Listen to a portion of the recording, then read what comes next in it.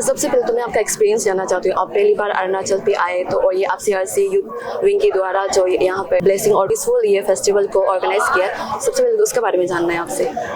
Thank you very much. पहले तो मैं CRC विंग का बहुत धन्यवाद देना चाहता हूँ जिन्होंने हमें आमंत्रित किया, और जो मेरा अनुभव तो बहुत ही अच्छा रहा। इतने सारे यूथ को एक साथ देखना, जो ऑर्गेनाइजिंग कमेटी है उनका जो काम करने का तरीका बहुत ही एक्सेलेंट था, और जो भी उनके मन में है कि वो कैसे यूथ के द्वारा यूथ की तकलीफ़ों को दूर करना चाहते हैं, वो बहुत ही हार्टनिंग था मेरे लिए, क्योंकि जो मेन है वो चाहते हैं कि जो ड्रग एडिक्शन है वो चला जाए।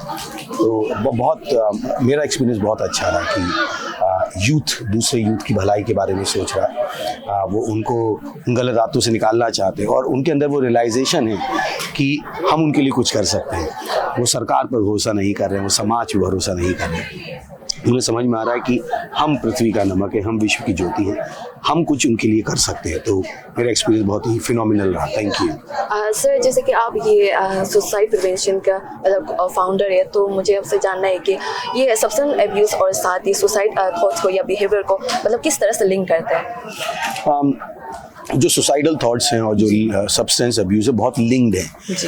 कोई भी मेंटल हेल्थ की चैलेंज है, उसका जो अल्टीमेट ड्रॉबैक है वो सुसाइड है, क्योंकि इंसान डिप्रेशन में है, इंसान स्ट्रेस में है, एंग्जाइटी में है, ड्रग अब्यूज़ में है। अगर आप आंकड़ों को देखेंगे तो सबसे ज़्यादा सुसाइड अटेम्प्ट है वो ड्रग एडिक्शन में ही है। जब लोग उसके नशे में होते हैं तो कुछ भी अपने आप को करने को तैयार हो जाते हैं, उनको वो कंट्रोल करने को नहीं होता है। तो वो दोनों चीज़ें लिंक्ड हैं कि अगर ड्रग अब्यूज़ को हम नहीं ख़त्म करेंगे तो हम सुसाइड को नहीं रोक सकते। तो इस एंगल से हमारा उसमें एंट्री है, क्योंकि हम चाहते हैं कि भारत में सुसाइड ना हो, और हमें पता है कि केवल वो सोचना काफ़ी नहीं है, हमें वो फैक्टर्स भी देखने पड़ेंगे जिसकी वजह से लोग सुसाइड करते हैं। और ड्रग अब्यूज़ एक बहुत बड़ा फैक्टर है, क्योंकि अनएम्प्लॉयमेंट की वजह से लोगों को लगता है कि नहीं, अब ज़िंदगी में जीने के लिए कुछ नहीं है, लोगों को लगता है कि उनसे प्रेम नहीं करता है, बहुत सारे कारण हैं। और जब आप ड्रग के ओवरडोज में होते हैं तो आप कुछ भी करने को तैयार हो जाते हैं। अगर आप देखेंगे जितने भी ड्रग एडिक्टेड लोग होंगे उन्होंने कम से कम 1 या 2 बार सुसाइड अटैम्प्ट किया ही होगा। हार्डली आपको ऐसा कोई ड्रग एडिक्ट मिलेगा जिसने सुसाइड अटैम्प्ट ना किया। तो मुझे लगता है दोनों बहुत इंटरलिंक्ड है। तो सर, इसे मतलब किस तरह से प्रिवेंट किया जाए? जिस तरह से आपने कहा है कि आपने भाषण के दौरान ये मेंशन किया था कि मतलब हर सॉल्यूशन प्रेयर है, तो उस चीज़ के बारे में उसके ऊपर क्या कहना चाहिए? प्रार्थना शुरुआत है, प्रार्थना लोगों के दिलों को खोलती है।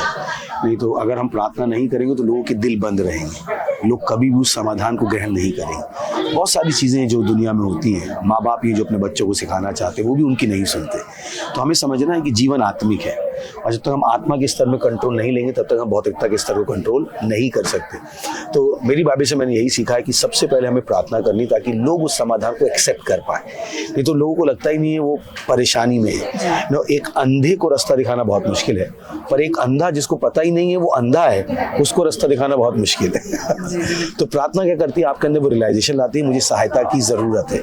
नहीं तो लोगों को लगता ही नहीं उन्हें सहायता की ज़रूरत है, जो वो कर रहे हैं वो सही है। यही कारण है कि लोग कुछ भी करते हैं, क्योंकि उन्हें पता ही नहीं कि जो कर रहे हैं वो सही है गलत है। तो प्रार्थना वो एक रियलाइजेशन लाती है, पवित्र आत्मा उस रियलाइजेशन को लोगों तक लाता है। तो वो एक शुरुआत है। उसके बाद हमें लोगों से मिलना पड़ेगा, उनकी काउंसलिंग करनी पड़ेगी, उनको प्रेम देना पड़ेगा, उनको बताना पड़ेगा, क्योंकि केवल वो ड्रग एडिक्ट है इसका मतलब ये नहीं है कि वो बेकार है। आपको ये न्यूज़ शॉक करेगी। मैं खुद एक ड्रग एडिक्ट था, तो मुझे पता है कि कोई भी बेकार नहीं है। मैं खुद ड्रग एडिक्ट था, तो आज मैं ये कर पा रहा हूँ। तो I have a different heart for them. कि कोई मुझसे कहे कि आप उनके लिए क्यों, क्योंकि मैं उनमें से एक था, मैं खुद एक ड्रग एडिक्ट था। तो मुझे पता है कि वो किन चुनौतियों से गुजरते हैं, मुझे पता है उनको बाहर निकाला जा सकता है और बहुत फ्रूटफुल बनाया जा सकता है। Thank you. Thank you.